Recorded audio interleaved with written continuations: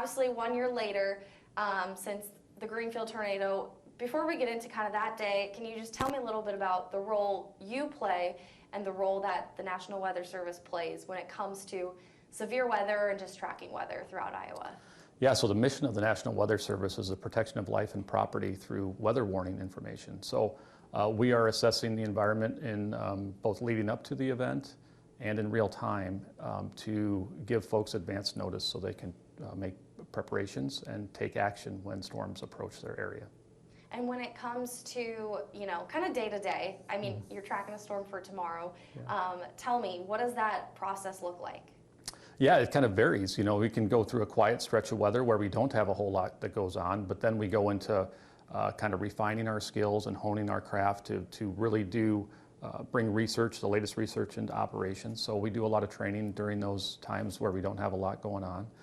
We also do preparation efforts with the community. So we work with our core partners across the area that we serve.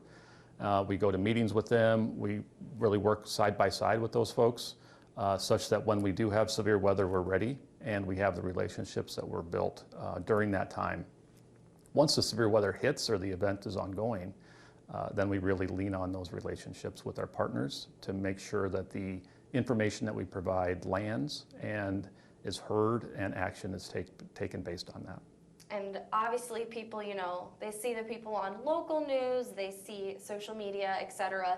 How do you guys alert, those meteorologists on the local news? How does that look? That's a great question. So it's really a team effort. At the end of the day, we're all in this line of work because we want to save lives. And the media folks do a fantastic job. They have the loudest megaphones to be able to relay that information when life safety is of the utmost importance. So it is a kind of a hectic process. There's a lot of people at play, and there's a lot of information that's coming in, and there's a lot of information that's going out, again, as we all work together as a team.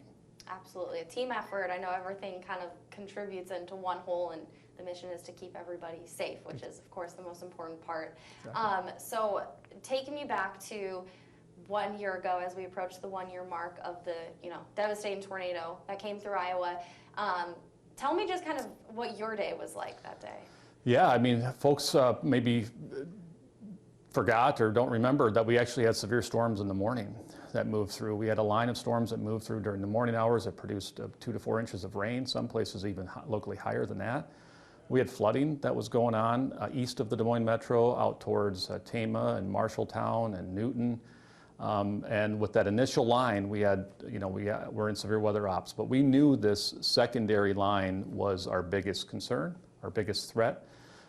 So we had a gap. Once the storms moved out, we went into full-on communication mode based on the latest information that we had to alert the folks, the team, the partners that we work with, of what the expectations were, what the timing was. May 21st is, of course, schools are still in session, so we were leaning forward on providing the best timing information that we could have, because the last thing we wanted to have is kids on school buses and things like that. So we wanted those folks to have the best information so that they can make the best decision they could. And as you guys were tracking this throughout the day, what did it look like, in the morning? What did this line of storms look like in the morning? And how did it develop over time? Did you kind of expect it to result in the result it did, or was it something that just kind of built up? Yeah, that's a good question. So the first line moved through, and there was actually a gap. We didn't have storms on the scope. And this next line developed across eastern Nebraska right around noontime, and moved across the state line probably about 1 p.m. And then, of course, evolved and really intensified as it moved across southwestern Iowa. But the important thing, I think, to remember is that this was a very well-expected event. The outlooks that the Storm Prediction Center had and our team was looking at for days in advance really highlighted the potential that day. And it's those days leading in and preceding when you can precondition folks that this day is going to be especially dangerous potentially. But as the day evolved, we had the secondary line that developed across the Missouri River, moved into southwest Iowa. First tornado reports were around 1:30 across the southwestern part of the state. and that area moved up into, of course, into central Iowa through the afternoon. We could confirm on what we were seeing based on radar that there was debris. That's one of the new advancements that we have with the Doppler radar. And we knew that there was debris being lofted, which of course tells us that there was structures hit, trees hit. So we knew at that time that it was living up to the potential that Mother Nature had advertised for the days preceding. This kind of jumps back a little bit in terms of tracking it, but you talked about the debris in the system, and I know I see our meteorologists on TV who's talk about that all the time. Yeah. Can you just explain about how you know when you see the debris and how that system works, and that's how you kind of know essentially the tornado's on the ground? Absolutely. So there's a lot of different variables that the radar will give us. The most common one that people are most used to is something called reflectivity. That's the one with the reds and the yellows that people are really kind of used to. One of the other pieces of information that it gives us is something called correlation coefficient.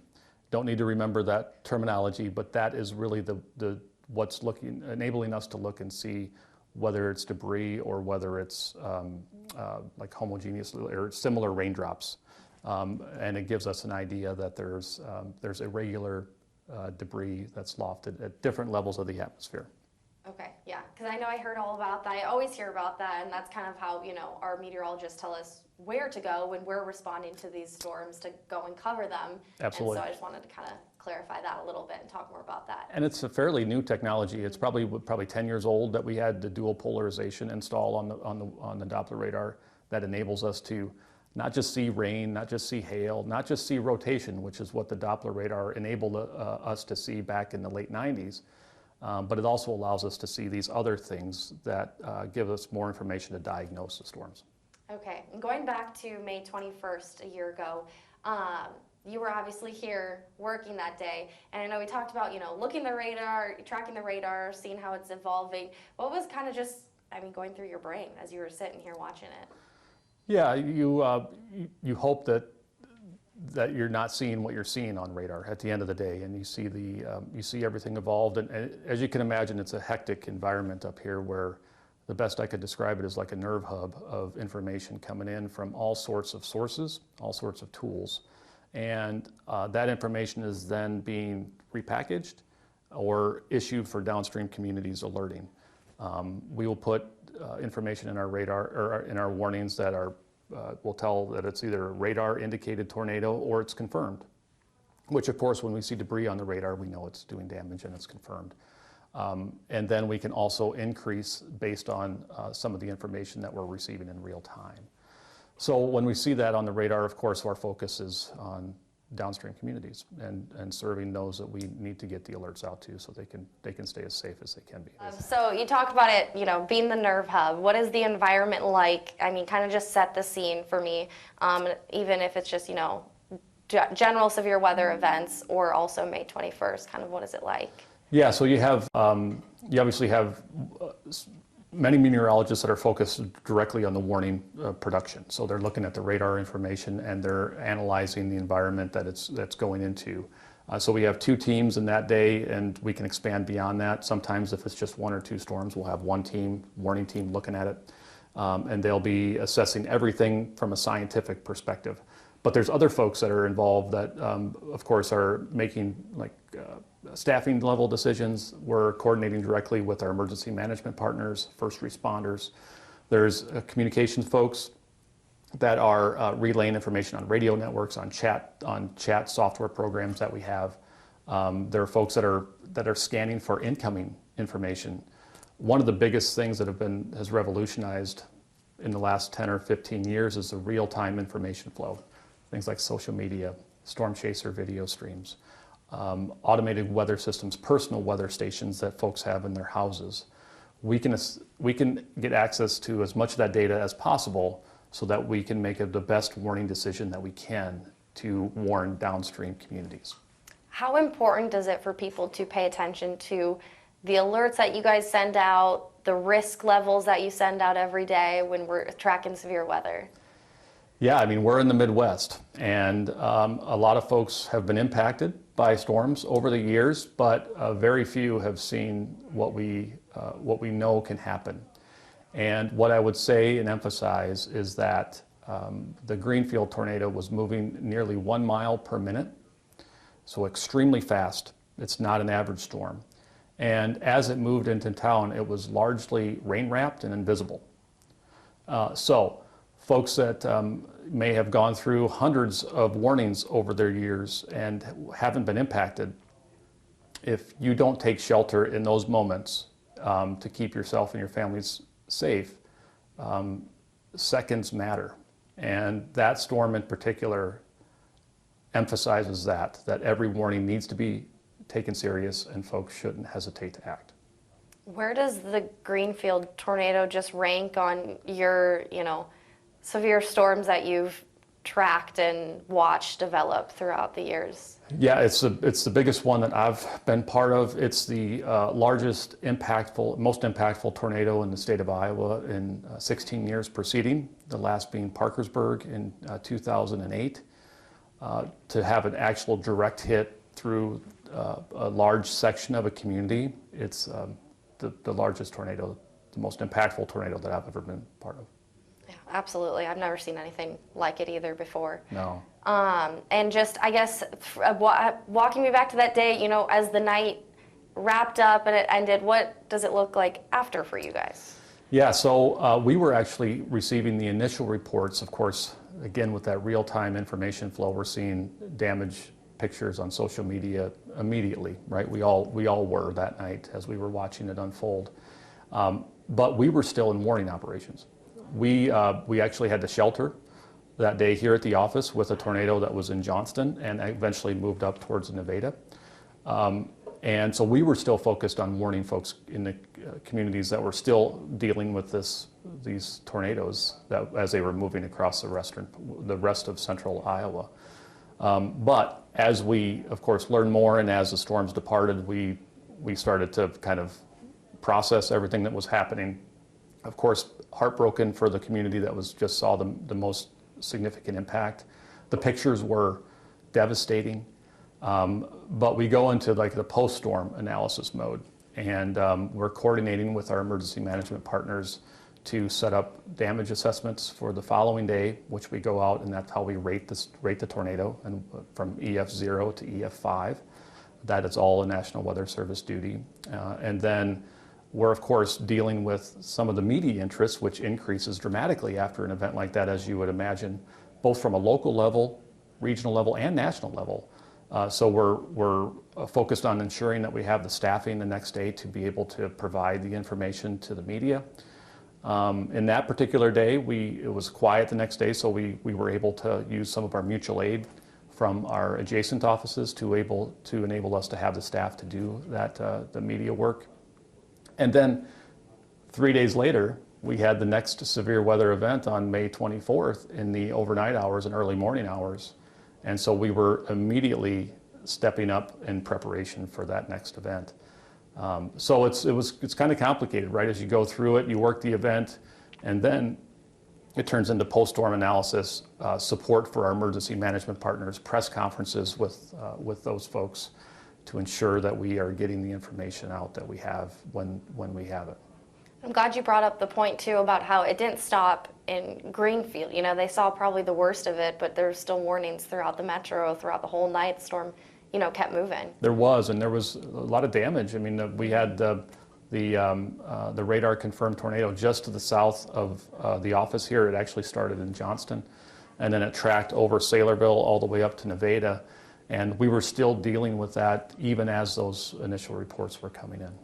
Can I ask about, like you talked about the surveying after and rating the tornado. I think that's something a lot of people kind of, you maybe jump to conclusions or, are eager to see, I guess you could say.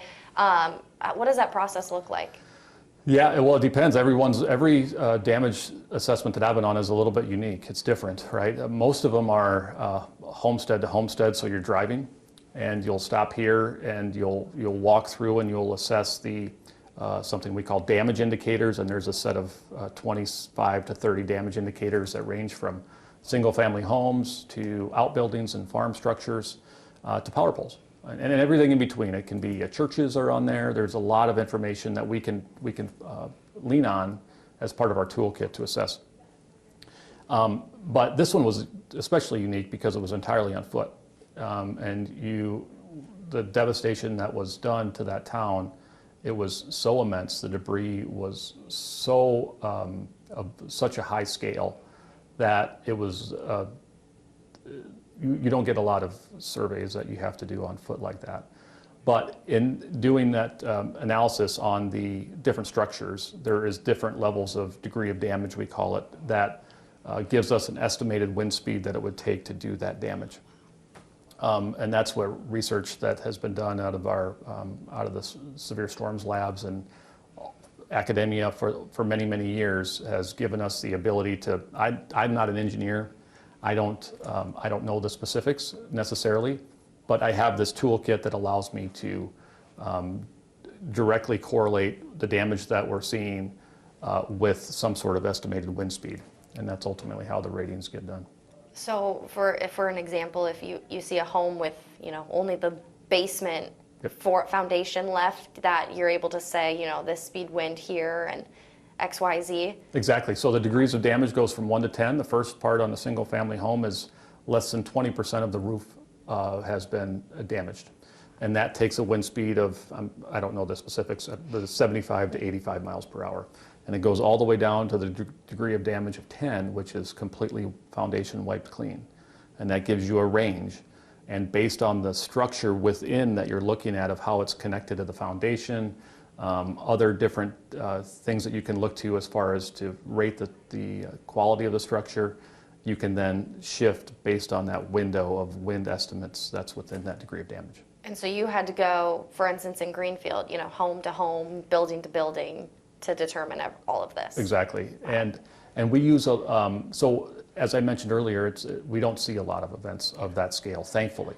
But that means that we don't have a lot of experience going through some of that. So in those situations, we have a team of experts that we call upon to walk through the highest level of damage to ensure that we're getting the kind of leaning on the breadth of experience that we have across the meteorological community to make sure that we're getting the number right. And we did that in this instance for Greenfield. True team effort, goes to show. A lot of hands on deck here.